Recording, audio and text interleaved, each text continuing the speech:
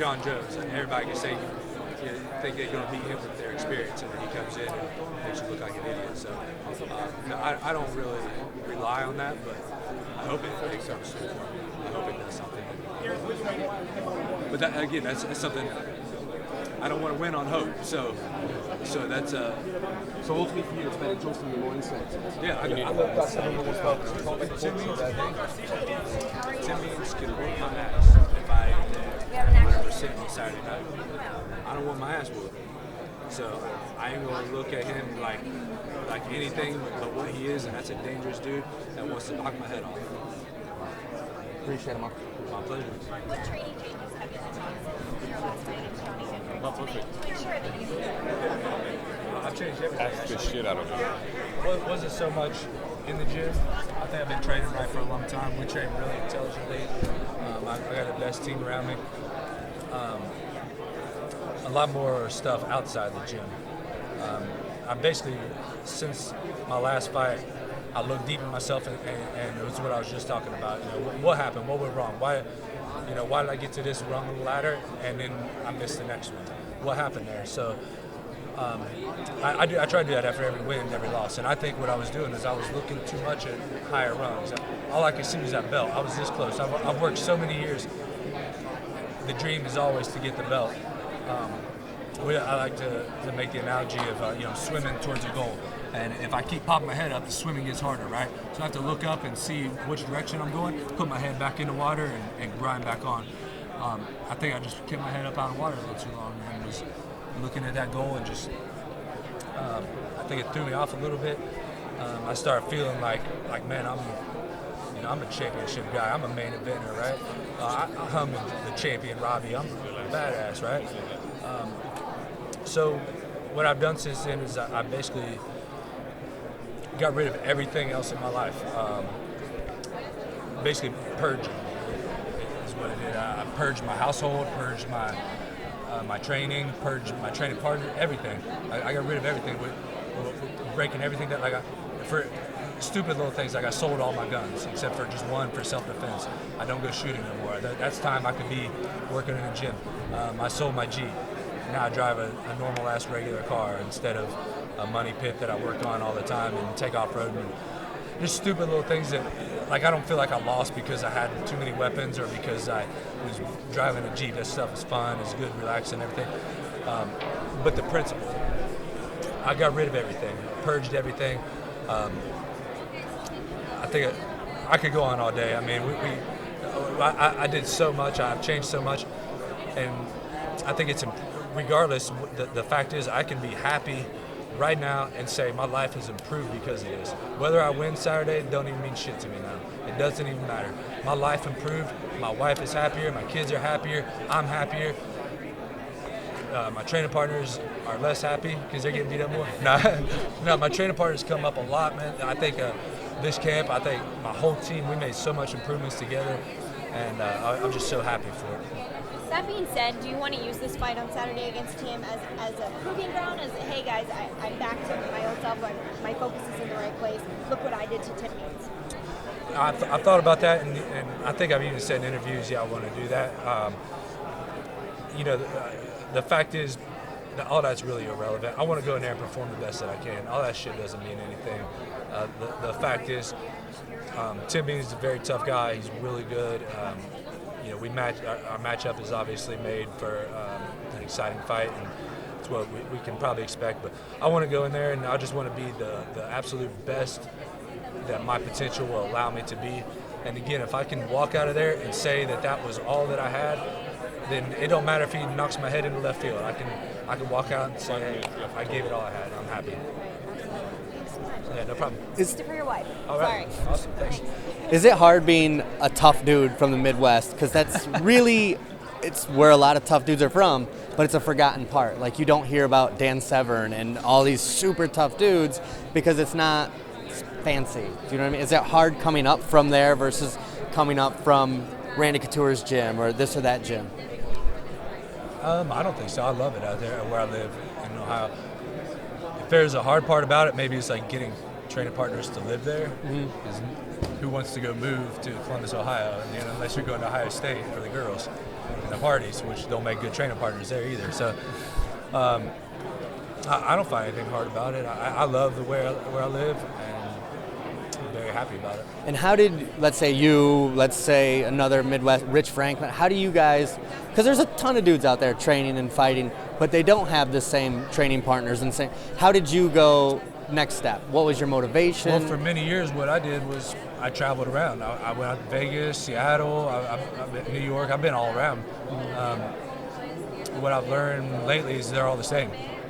Whether you got 100 training partners or 5, I'm still there. No matter where you go, you're still there. Mm-hmm. And that's what it comes down to is myself. I stopped.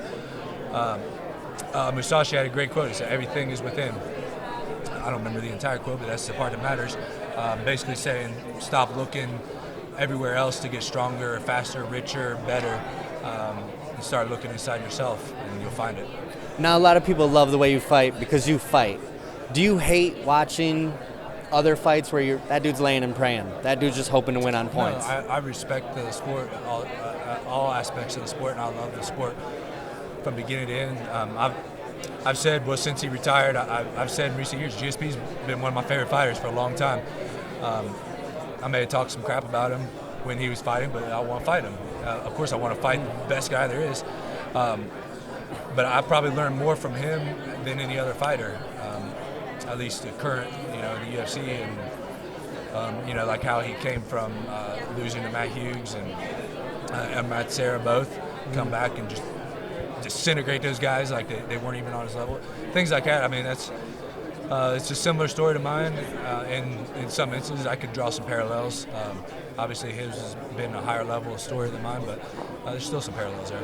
And what is your motivation in a fight? Because everyone loves the way you drive. You put pressure, you drive.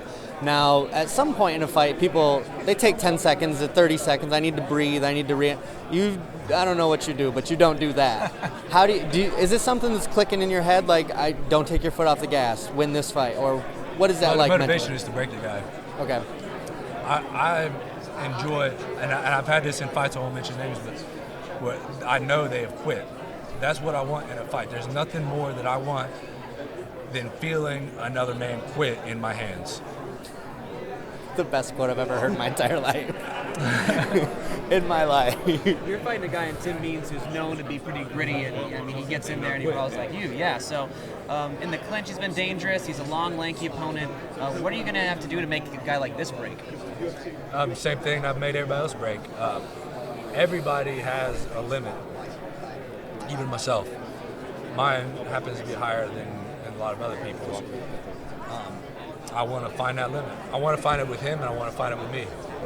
That's part of my motivation for fighting, is to find my own thresholds, find my own limits, and then push those limits, go beyond those limits. That's part of my own personal motivation. So when I get in a fight, I want to find that.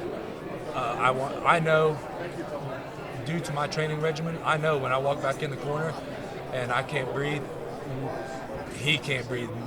He's getting less oxygen than me. The more tired I am, the better it is for me, because I know he's more tired than me. There's just no possible way that he trained harder than me. There's no possible way that he put himself through what I put myself through. And when I feel a little bit, just a hair of breakage, just a crack, then I can smash the whole fucking bottle. And as a fighter, because we as viewers, and I'm sure you when you watch a fight, we see it. You see a guy get hit or he's on the ground, you're like, he's looking for a way out. You instantly in the cage know it? That's a beautiful thing right there. When you see that, there's nothing, not a better feeling in the fight game, in my opinion. Naturally, I think I feel a little bit. I don't think about it. So if I do feel it, it's natural and subconscious. Now, you've had a couple of great fights. Obviously, they're losses, but I mean, they were fantastic fights. What's your impression after those? I mean, are you proud of your performance or just disappointed? Wasn't nothing impressive about my loss to Johnny Hendricks, I don't think. That might be being a little nice to me there, but I can look back and be honest with what it was, right? But yeah, there's a lot. It's all about the process, not the product. It's a journey, not the destination. One thing at a time. I let I don't let it get to my head about it. I got to take the lessons that are there to be learned. Like I was saying in the last interview, I think since then I've probably learned a lot more lessons from that fight than any other. Win or lose, I learned lessons from the fights I win too. That's what a lot of people forget. They say you win, you learn more from your losses, but I don't think that's true. I learned every bit as much from my victories, and I think if you're not learning from your victories, then you're holding yourself back. And some of the things I learned, I mean, put me in a better place now than I've ever been in my life. I'm happy with my life. Regardless of what happens in this fight, I'm gonna walk home. I'm gonna fly home Saturday a happy man. Nice. Stylistically, I got to think though that you're pretty excited about it. I mean, this is somebody that'll probably stand there and bang with you, right? Does that excite you more, knowing it's probably not somebody that's gonna just grapple? Yeah, I've thought that in the past and it didn't happen too. So, like Hendricks, for example, which was kind of foolish of me to think in retrospect. But yeah, it has some advantages to it. It makes my training more enjoyable. I'm not just practicing sprawls for 6 months. 6 months sprawl training, you beat anybody, right?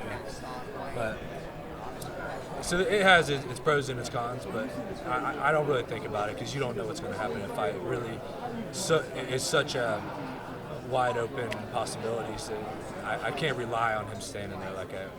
I see kind of a swell of support. People saying, "Man, this fight should have been on the main card. Should have been on the main card." Yeah. Do you listen to that? Do you care about where you are, or does it bother you a little bit? I do listen to it probably more than I should. I read too much internet stuff, too much forums, too much Twitter, too much Facebook. But I understand how to block it out too. It's all irrelevant. I mean, of course, if I could just go call Dana and be like, "Look, the fans wanted me on the main event," and he would do it, then I would do it, right? But it don't work that way. So I have to be accepting of what it is. A lot of great fights this weekend on both cards, but everybody's talking about Mendez-McGregor. Who you got in that fight? I got Mendez. How do you think he plays out? It's hard to tell. The only reason I say that, obviously I've had to answer this question 100 times already, but I'll repeat it again. The reason that I say that is the fact that we know what Mendez is, we know who he is, we know what he's capable of, we know the level he's at. We don't know what Conor is capable of. We know he can beat Dennis Seaver. Well, I like Dennis Seaver, but Seaver and Chad Mendez are worlds apart in terms of levels. So because you can beat Dennis Seaver real bad doesn't mean you're going to beat Chad Mendez at all. Conor's best chance, in my opinion, is that Chad took it on 3 weeks' notice, and it's a 5-round fight on 3 weeks' notice. That's a lot to handle. But I know, like I wrestled with Jake Jaggers, who beat Chad in the finals in college. I know how good Chad is as a wrestler. He barely beat him, by the way. It was really, really close. So I know how good he is a wrestler. Conor can't wrestle with him unless he's some sort of. If he's able to wrestle with, he's a true phenom. Like I said, we know what Chad can do. He can knock you out. He can out wrestle you. He can ground and pound you. He's extremely athletic. He does flips and backflips and jumps out of pools and stuff that I can't do. And so we know what he's capable of. We have no idea what Conor's capable of, other than move like an animal real well and do some good spinning stuff for the show. No doubt. And the talk doesn't mean a single thing. I don't think that got to Chad at all. A couple big changes. The Reebok deal, we've talked about it for months. Now it's actually in place. You've had the meetings, you got the gear. Now you've seen it in effect. What's your first impression this week? I'm indifferent to it. Financially, it's very similar to me for what I was doing before, so I'm pretty much irrelevant. But I wish they would give me more gear. So Reebok, if you're listening, I like your gear, so maybe send me 5 or 6 boxes full, big boxes. But other than that, I mean, like I have closets full of gear from other sponsors. I don't know if I can mention at the media scrum there, but other sponsors, very, very good, dedicated sponsors that have been with me for a while, and I'm happy that they do that. But money obviously trumps gear any day, so I'll just shut up about it. Hey, I don't care about it. That's what I'm getting at. Last question I got for you: the new drug testing plan is also in place as well. Have you had any interaction yet? I mean, have you had to register your whereabouts? Have you been tested? What's your? No, I haven't had any interactions at all except for the meeting. I guess we found out it's only a 2-year ban, not a 4-year, which to me is complete bullshit. And I'm thinking, I don't know, maybe I'll start a petition or something with all the UFC fighters. Maybe we can all band together and ask for a petition to get a minimum 4-year ban. Why would you not sign the petition unless you're juicing, right? I think it should be a lifetime ban. But I say 4 years, you know, and hopefully we can all work together. That's what the WADA standard is. I find it ludicrous that we have a fucking standard for every other sport except for the one where you can get fucking murdered in a cage. People do die doing this shit, just not in the UFC. People haven't yet, fortunately. The day's gonna come when it happens. We all know that. If it happens to someone that got beat by a known juicer, is that not going to be more of an issue? I don't want to be the dead one because the motherfucker was sticking needles in himself all day. So there. Yeah, thanks, man. I've said 100 times, I'm just going to keep talking to you. I've said 100 times that the people who will die will be the weight cutters. Like, because in wrestling, people have done it. Do you think there should be a limit in terms of, dude, you're cutting 58 pounds, your kidneys are shutting down. Do you see a problem? I think the kidney shutting down is probably less of an issue, being that we have such a long, you know, it happens in wrestling because they cut weight consistently over months. We have a longer camp and everything. I think with a dramatic weight cut on top of the not being allowed to IV now in a few months, the potential for brain injury, I think, is a possibility. But to be honest, I can't say I have an answer for it either. I'm not sure what the right answer would be. I can't say I'm educated enough on it. I have my own system of cutting weight, and it works very well. I cut a lot of weight, but I have a very good system. I don't even need an IV. I'll be perfectly fine. But I haven't studied it, researched it enough to really give you a valid answer. Last question then. And this you don't have to answer because it's kind of personal, but you mentioned it earlier. You said wife's happier, kids are happier. As a fighter or a professional athlete or just a man who works in a factory, how much better do you think you are now that everything's happy at home? You go home, everything's great and happy. I'm not saying it was unhappy, but I remember there's a quote where like George Foreman kept losing. Muhammad Ali was like, "Stop sleeping around. Just stop sleeping around. Life will get so much easier." Is it better? It's the opposite for Tiger Woods, right? Yeah. Because everybody's different. Yeah, everybody's happier, and of course it helps your performance. I mean, you sleep better, relax better. I mean, you're healthier spiritually, physically, everything. So yeah, it absolutely helps. I mean, you can't emphasize how much of a improvement it is. Thank you. Yeah, no problem.